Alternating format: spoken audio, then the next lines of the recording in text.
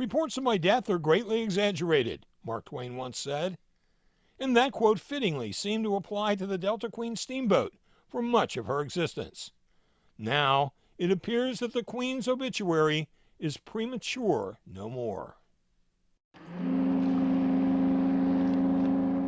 The Delta Queen survived and often thrived under a succession of owners after arriving in Cincinnati in 1947. Inside and out, it quickly became a community treasure. But in 1970, the safety at sea law threatened to put the Queen out of commission. A massive campaign with petitions, banners, and national publicity was led by Betty Blake, an extraordinary promoter and public relations expert. A last-minute reprieve allowed the Queen to continue to carry overnight passengers.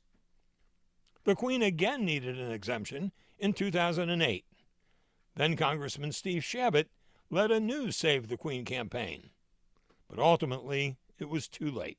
We've documented those over the years. We have a collection about saving the Delta Queen. The Delta Queen's story had been chronicled at the time of the first tall stacks in a TV special called The Unsinkable Delta Queen, produced by Local 12 and Sentimental Productions. The paddle wheeler had first gone into service on the Sacramento River in the 1920s with a companion boat, the Delta King.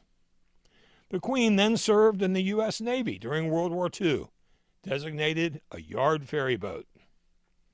After the war, Tom Greene, owner of the Green Line steamers, bought the Queen at auction for only $46,000.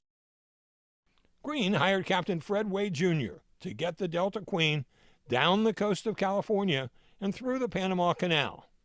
He recalled his first glimpse of the steamboat.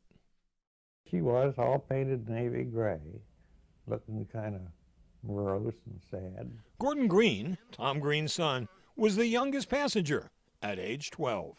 It was a true Huckleberry Finn experience in a lot of respects. I didn't have to take a shower or bath or do anything, and I got very, very dirty because the boat had a lot of soot, and the smokestack kicked out a lot of soot and dirt, actually. And here they go, bow to bow, under the Jefferson Memorial Bridge. The intervening years brought steamboat races with the Belle of Louisville, a vacation by President Carter and his family, and designation as a national landmark. But now, despite these vibrant images from vintage film, the Delta Queen is looking morose once more.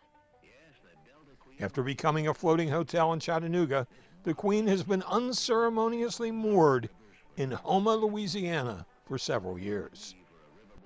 Legally, a congressional exemption again exists, but the current owners have been unable to raise the money needed for extensive repairs.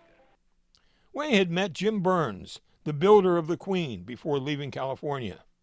Burns had predicted a long life and many owners. That prompted a reflection from Way. When something does happen to her, as it is bound to do to all boats and people alike, there will never be a replacement like it. Indeed, there are still paddle wheelers of all ages and sizes, but none as revered as the Delta Queen.